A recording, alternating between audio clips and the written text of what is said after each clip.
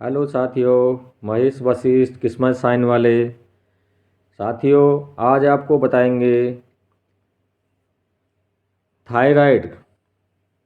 Thyroid का एक विशेष point आपको बताएंगे और उसको दबा करके आप अपने थायराइड से छुटकारा पा सकते हैं। उससे पहले आपको कुछ जानकारी देनी है मरम चिकित्सा के बारे में। जैसे कि मैंने पीछे 5 वीडियो बनाई हैं, तो कुछ लोगों का कुछ सवाल ऐसा है कि वो कहते हैं भैया क्या ये मरम चिकित्सा और इंकुप्रेशर एक ही चीज़ है। मैं कहता ना भैया, ये एक चीज़ नहीं है। मरम चिकित्सा हमारे सुश्रुत ऋषि जी की एक विशेष देन है। सुश्रुत ऋषि जी ने सुश्रुत संहिता में 107 ऐसे पॉइंट बताए हैं जिनको मरम पॉइंट के नाम से जाना जाता है। और हमारे जो MBBS करके MS करते हैं, जो सर्जरी पढ़ते हैं डॉक्टर, उनको ये पढ़ाया जाता है, क्योंकि सुषुप्त मास्टर ऑफ सर्जरी कहे जाते हैं। क्यों कहे जाते हैं? क्यों सर्जरी में ये बताया जाता है कि ये 107 पॉइंट हीलिंग पॉइंट है।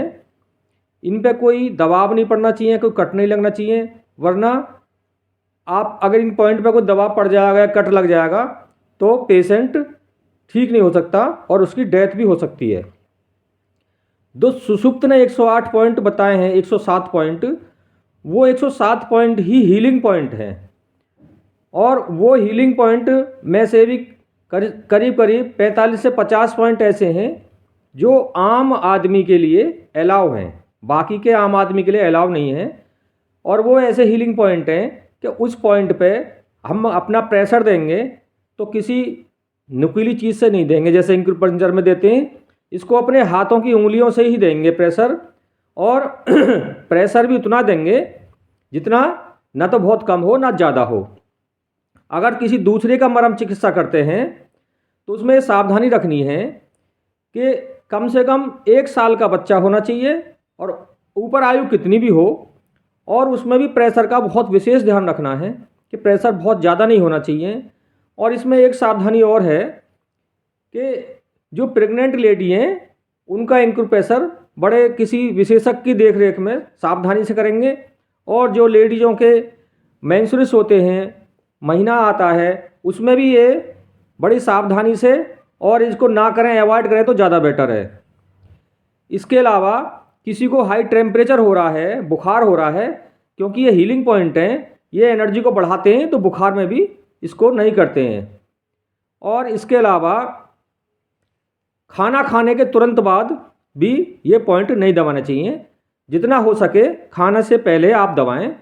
जब भी आप खाना खाते हैं तुरंत आप पहले पॉइंट दबाएं, उसके बाद ही खाना खाएं। तो ये एक नियम बना लें, क्योंकि मरम चिकित्सा जो नॉर्मल आदमी है जिसको आगे बीमार नहीं होना है, वो 102 बार दबा सकता है, और जो कोई परेशानी आ चुकी है वो कम से कम 4 से 5 बार दिन में दबाएं।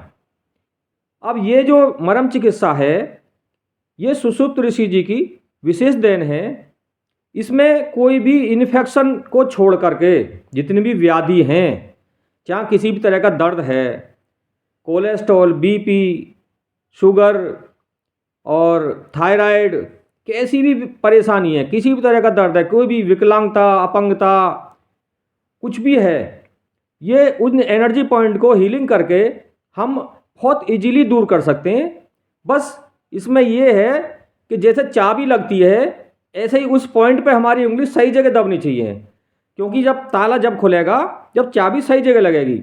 अब कोई भी गलत चाबी लगाओगे, उल्टी सीधी जगह लगाओगे, तो ताला नहीं खुलेगा। ऐसे ही मरम चिकित्सा है, सही जगह ताला लगाओगे, चाबी लगाओगे, तो तुरंत ही हमें लाभ होना शुरू हो जाएगा। तो आओ शुरू करते हैं मरम चिकित्सा का थायराइड के लिए एक विशेष उपचार, जो कि आप आजकल देखा जा रहा है थायराइड से बहुत लोग परेशान हैं। तो थायराइड के लिए क्या करते हैं, हमारे उंगली और अंगूठा के बीच में, ये यहाँ पे पॉइंट होता है बिल्कुल लास्ट में, अंगूठा की जड़ में ऊपर की साइड में, नीचे हाथ की सपोर्ट देंगे और ऊपर अंगूठा से इस पॉइंट को ऐसे ही 20 से 21 बार दबाएंगे।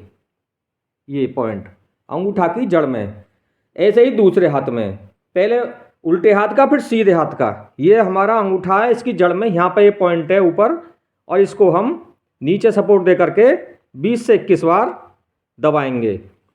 इसमें भी सावधानी यही है कि इसे हो सके तो खाली पेट करें। तो ये हम 4 से 5 बार दबाएंगे तो हमारी थायराइड ग्रंथि जो बढ़ जाती है वो ठीक हो जाएगी। और ये अकेला ऐसा पॉइंट है जो थायराइड में, गले खराब में और किसी की बाजू नहीं उठती हो तो बिल्कुल ऐसे ही वही क्रिया दिन में 4 से 5 बार करेंगे, किसी भी कारण से बाजू नहीं उठती हो तो बाजू उठनी शुरू हो जाती है। यदि बाजू में किसी तरह की दिक्कत है, ये पॉइंट ऐसा है, ये हाथ से लेकर के पूरा ऊपर तक, यहाँ तक की पूरे सिस्टम को ठीक करता है, इधर से लेकर इधर गले तक। तो ये एक अद्भुत पॉइंट है। और थायराइड के लिए कुछ योगा भी कर सकते हैं, जैसे कि गुंजाई प्राणायाम। गुंजाई में क्या करते हैं, गले को भींच करके सांस को ऊपर को खींचते हैं, इसको लंबा खींचते हैं और उसके बाद में जीभ निकाल करके और सिंह गर्जना करते हैं।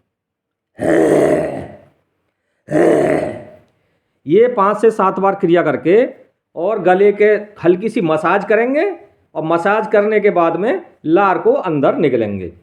इससे हमारा थायराइड का कंप्लीट ट्रीटमेंट हो जाता है। खान पान में हम एल्कलाइन चीज़ लेंगे। ये सब लोग नेट पे, आजकल नेट का ज़माना है, सर्च करके देख सकते हैं कौन सी चीज़ एल्कलाइन है और कौन सी चीज़ हमें खाने में सूट करेगी। और थायराइड के लिए एक विशेष उपचार धनिए का, जब हरा धनिया चल रहा है तो उसकी 1 चम्मच चटनी सुबह सुबह खाली पेट लेनी है, आधे से पौने घंटे तक कुछ नहीं खाना है। और हरा धनिया अवेलेबल नहीं है तो सूखा धनिया 1 चम्मच रात को पानी में फुला दें, धनिया को पीस लें और 1 चम्मच धनिया रात को पानी में डाल दें, 1 गिलास पानी में। सुबह उस पानी को उबाल के आधा कर लें और सुबह सुबह खाली पेट छान के पी लें। तो इस तरह से थायराइड के लिए एक मरम चिकित्सा पॉइंट है, 2 हमने योगा बताए हैं, गुंजाई प्राणायाम और सिंह गर्जना और धनिए का प्रयोग। तो ये आप प्रयोग करके 1 से 2 महीने के अंदर, ज़्यादा समय नहीं लगेगा साथियों, 1 से 2 महीने के अंदर अगर थायराइड की आपकी गोली चल रही है, आप बहुत परेशान हैं, कोई सा भी थायराइड है, थायराइड 2 तरह का होता है, एक वजन घटने वाला, एक बढ़ने वाला, तो दोनों में कोई सा भी थायराइड है आपका ठीक हो जाएगा।